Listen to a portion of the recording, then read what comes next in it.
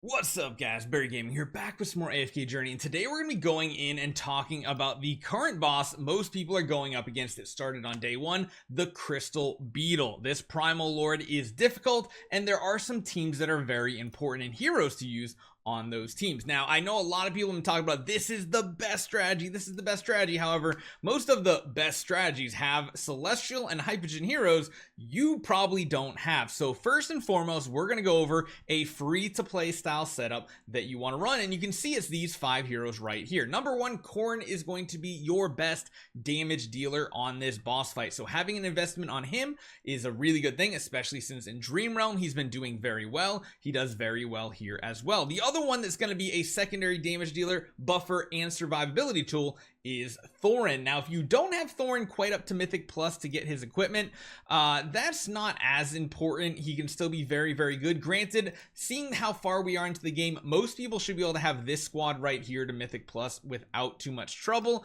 especially Coco. Coco, if you do not have the Mythic Plus for Fluffy Shield, she's kind of a not usable hero in the scenario. So just know if you're wanting to use Coco, you really kind of need Fluffy Shield because shields are the name of the game here. And the other hero you're going to use is Lucius. Of course, his ultimate skill will add shields to heroes, and he has this nice little buff with Heart of Unity now that we're in season, giving haste to all allies and also increasing the amount of damage they deal in the final 40 seconds of the battle if you're lasting that long. So he can be a really cool substitute tool. Now that's the free to play team. I'm going to show you guys also how you should probably be setting him up, because positioning does matter here. Another thing to note, you can use Smokey in this setup too, but Smokey will really be like the best in a slot when you do get his Mythic Plus 2, and his third ultimate does damage. Now, as far as the team composition I've seen that's done the best, you kind of want to set your heroes up in a formation very similar to this right here. I've seen like the supports kind of moving around a little bit. I personally try to put Coco a little bit closer to the battle because Lucius's ultimate only hits like certain number of tiles, so the closer you can get them to the enemies the better. A lot of times something I even run this because it seems like these 2 slots are the best. That is going to be your free to play strategy. However, what we're about to do is going to be a couple tests on multiple different pay to win versions of the best damage output. Now, oddly enough, the Spender version has pretty much all the same heroes. Don't be deceived by this. Magic damage dealers just aren't good here. They don't scale as well as true damage. If you don't have true damage dealers like Corrin, then you can substitute some good magic damage dealers. But the way the bosses scale their magic and physical defense, that does not work. So one that we're going to be using, surprisingly enough, we're not using Reinier in these setups at all. All these setups, we're essentially using Evocation. You can use Quick Blade to see if that works out better for you, but that's kind of like a here nor there. Fresto is of course the new hotness here. He's the one that pretty much is just ruling the game right now, and the type of team we're seeing used the most looks a lot like this. With a utility slot, you can either run one of 2 heroes. One, you can use a Scarlita behind him for additional energy gain. The other one you can do is you can run a very similar team but with Smokey up in the front. You can move these around if you want better positioning and stuff. Like you can do something like this if you want more energy feed here, but then you kind of have this Freyasto kind of not doing what you want. You could do something different, like, you know, linking them up like this so that it's a little bit different, but then they're not in line. Freyasto is a weird one to use, so just keep in mind, usually what you're going to want to run and what the most tested and kind of faithful to good damage is this team right here. Lots of shielding abilities. We have tons of damage. Freyasto is a good damage dealer as well on this boss fight, and you're going to see right here how well of a damage dealer he actually is. So let's get this going. I think I might, oh wait, I think I might have not put Scarlita in as, wait, did I put her as our higher power hero?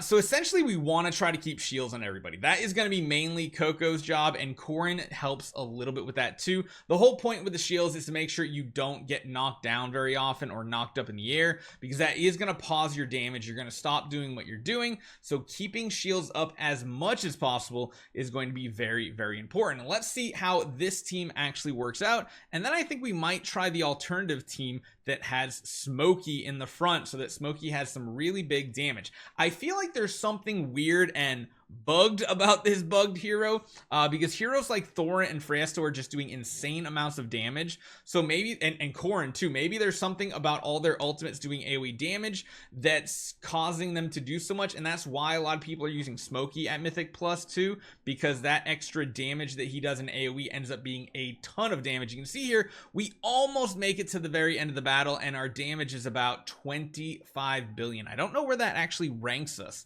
I haven't looked to see what the rankings are for damage. 23rd, so not too bad. Not the best. You can see Freyasto doing a decent amount of damage, Scarlita doing more damage than him. So if Scarlita's doing more damage, that means we definitely want to keep her in the lineup and drop out the Freyasto. So here's what we want to do. And yeah, I even had the wrong hero in for that attempt too. Scarlita would have done even more, even though she's only at Mythic Plus, if I would have run this team right here. And this should be the all-star team, the go-to team, the best team essentially right here. So if we chuck our heroes in placement wise, what we're going to want to do is keep just about everybody in the same exact spots, except we're adding Smokey right into the front here. That should be the best. Everybody's 460 that's doing damage. Coco is 450. This should work, and Smokey should be close enough, I believe, too, in order for his aura to do damage. This is also going to help survivability of the team, so there is that better chance of surviving to the very end of battle. You can see Scarlita way up in the air, all the way at the tippy top of the screen, and then she comes crashing down, doing some big damage.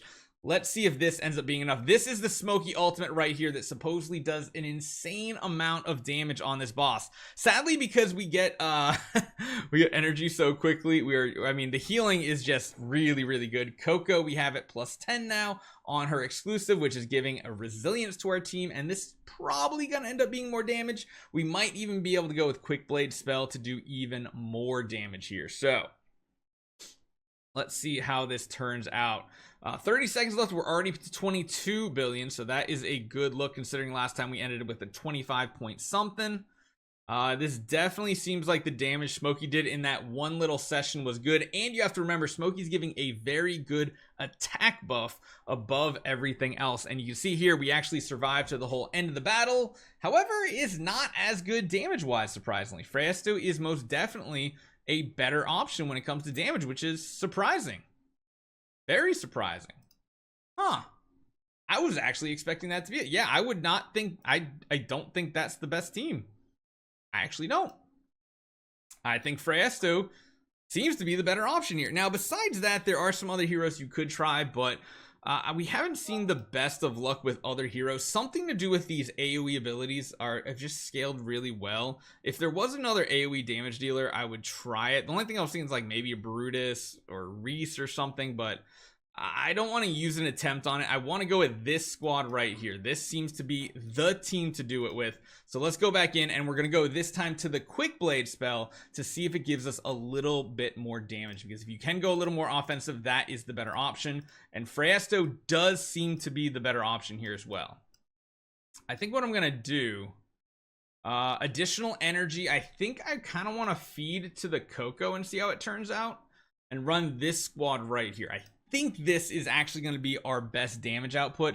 The only other thing I was thinking is maybe linking up the bonus energy to the Corrin instead of the damage reduction. I don't know. The extra energy on the Coco, though, I think is going to definitely be a better option. So Smokey for the average player will probably perform better because, let's be honest, most people don't have Freyasto. But if you do have Freyasto, it does seem to be the better option here because you have two allies doing damage. And you have to remember, on the final scorecard, you're only seeing half of Freyasto's damage. You're not seeing his illusions damage still. I don't think they've actually fixed that yet. So keep that in mind as well. And yeah, the additional energy actually seems like it's keeping the team with shields and healing them and keeping them alive much better.